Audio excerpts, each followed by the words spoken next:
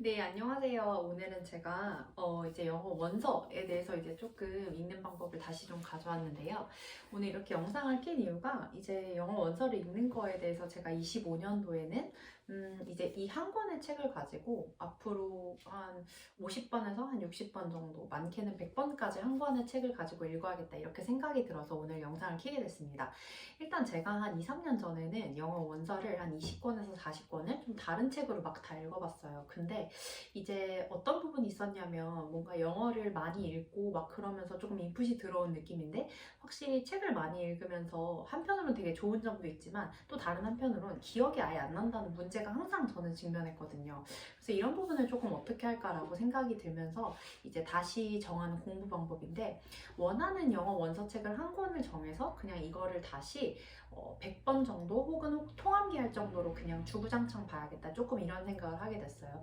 이렇게 생각을 하게 된 배경을 이제 조금 말씀드리면 제가 독서 커뮤니티를 2년 정도에서 독서 모임을 운영을 했는데 사실 한국 책을 굉장히 많이 읽는 편이에요. 한 달에 못해도 20권 이상 정도씩은 막 많이 읽었고 그 다음에 뭐 책을 좀 그냥 달고 살았던 것 같아요. 어떻게 보면 약간 집착과도 같은데 그래서 한국 책을 너무 집착하다 보니까 문제가 많이 읽었는데 예를 들어 정리를 안 하면 기억이 안 나는 거예요. 그래서 그 다음부터 마인드맵으로 정리를 하기 시작했어요. 그러다 보니까 그렇게 되면 표지를 보면 내용 자체가 기억나는 책들이 이제 생기더라고요. 그런 식으로 이제 정리를 했는데 한국 책을 읽고 이제 커뮤니티 모임을 진행하면서 느꼈던 건 내가 했던 말의 80%는 분명히 어딘가 책에서 혹은 영상에서 뭔가 나랑 생각이 비슷했던 작가의 아니면 혹은 글쓴이의 말들을 제가 따라한다는 걸 알게 됐어요. 그러니까 나이가 들면서 아니면 우리가 생각이 깊어지면서 되게 좋은 사고들을 하고 싶잖아요.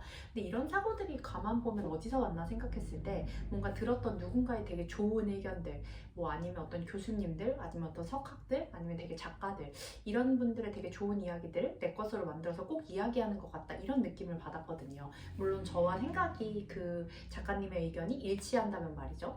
근데 영어도 사실 비슷한 것 같아요. 일정 수준이 지나면 처음에는 그냥 말 자체를 하는 걸 하고 그 다음에는 내가 그냥 의사소통이 대화가 되는 수준을 넘어서 한 단계가 더 넘어서게 되면 이제 전달력이라든지 스피치 이런 부분들을 생각하게 되는데 그럼 그랬을 때 좋은 말들은 또 어디서 오냐고 했을 때 사실은 정답이 대부분 다 책에 있거나 아니면 영상에 있다라고 생각을 하거든요.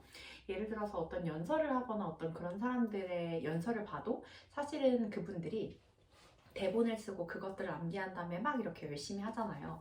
그것처럼 결국 우리가 하는 말의 80% 이상은 우리의 생각이 아니라 어딘가 들었던, 어디선가 많이 봤던 것들을 다 연결해서 그렇게 말한다는 생각이 들었어요. 저도 윈피키드 같은 경우는 제가 50번에서 60번 넘게 봤고 통함기 자체도 5번을 넘게 했거든요. 그러면서 사실 말의 그릇이 만들어졌는데 이것들을 한 단계 조금 더 넓게 만들고 싶다라는 생각이 들어서 25년도에는 이 영어회화 이 책을 가지고 쭉 꾸준히 읽기로 했습니다.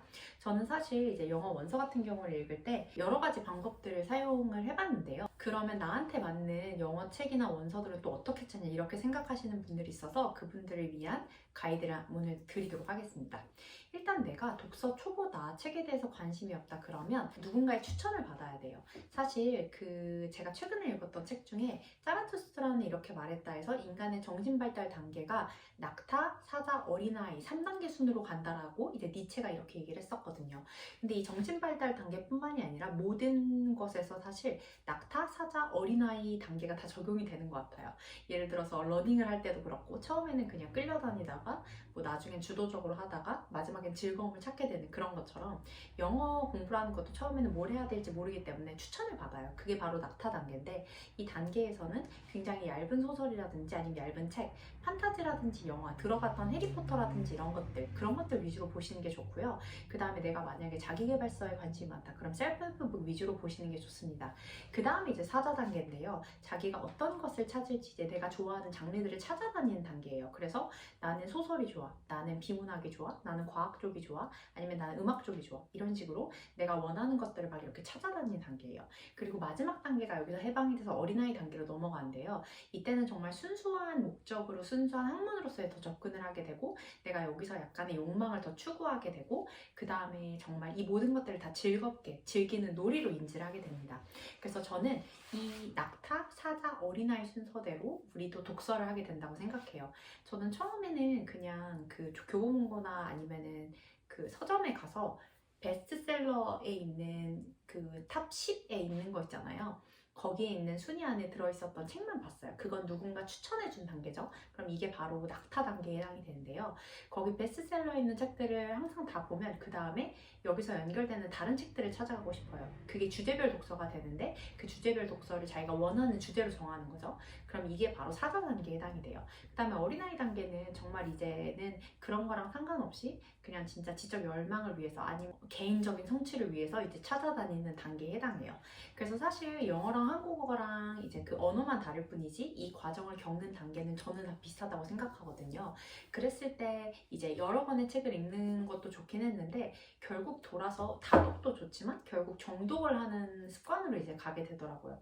하나의 책을 얼마나 깊이 읽었는지가 진짜 굉장히 중요해지기 때문에 저는 이제 그 정독을 한번 해야 될 때라는 생각이 들어서 이제 이 책을 정하게 됐고요.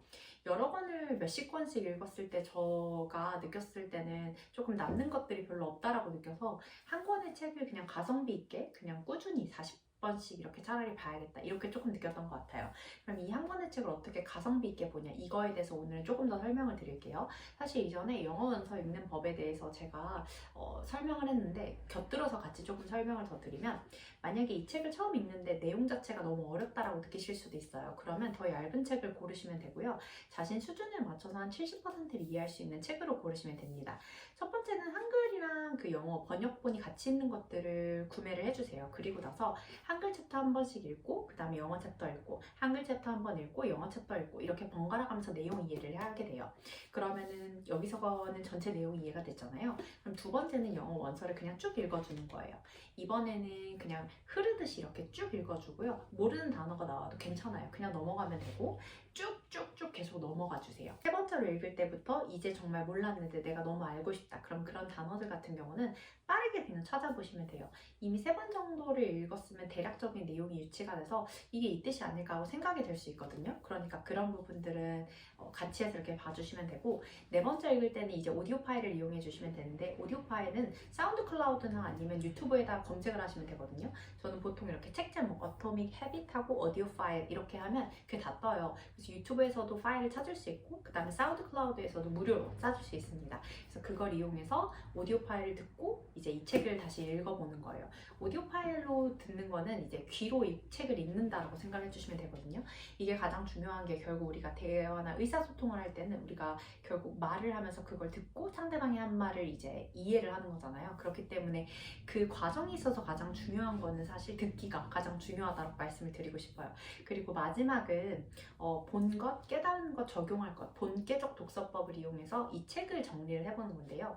내가 본 것들이 있어요. 그리고 깨달은 것들이 있겠죠. 그럼 깨달은 것은 내 말로 적용할 수 있는 거고요. 적용할 것들은 인생에 있어서 적용할 것들을 한번 해보는 겁니다. 근데 본 것이나 적용할 것은 원서에서 내가 할 말로 다시 만들 수가 있기 때문에 어떤 문장들은 그대로 갖다 쓸 수 있어요. 그래서 그 문장들을 많이 수집하고 기억하고 내 생각과 같은 것들을 계속 모아두는 겁니다. 그리고 마지막으로 할 부분은 사실 마인드맵 부분인데요. 마인드맵을 이제 저는 엑스마인드라는 프로그램을 이용해요. 근데 엑스마인드라는 프로그램을 이용해서 이제 어토믹 헤빗을 넣고 그 다음에 그 챕터별로 아니면 내가 깨달은 것별로 마인드맵을 한 상태에서 연결해서 이제 여기에 있는 한글 키워드를 또 영어 키워드로 바꾸고 그런 식으로 작업을 해보는 겁니다. 이렇게 단계별로 봤을 때는 6단계에 해당이 돼서 사실 굉장히 많아 보이지만 이게 책 한 권을 읽고 그냥 한 번에 하나씩 또 한 번에 하나씩 뭐 한 달이 걸려도 되고 두 달이 걸려도 되고 세 달이 걸려도 괜찮으니까 한 권을 좀 되게 밀도 있게 읽어보는 게 되게 좋다라는 것들을 오늘 한번 추천드리고 저도 25년도에는 이 책을 최소 50권 이상 읽어서 이 읽었을 때 좀 어떤 부분이 달라지고 또 내 깊이가 얼마나 괜찮아지고 말하는 전달력이 얼마나 또 좋아지는지를 한 번쯤 다 보도록 하겠습니다. 네, 그러면 다음번에는 더 다른 영상에서 만나도록 하겠습니다. 감사합니다.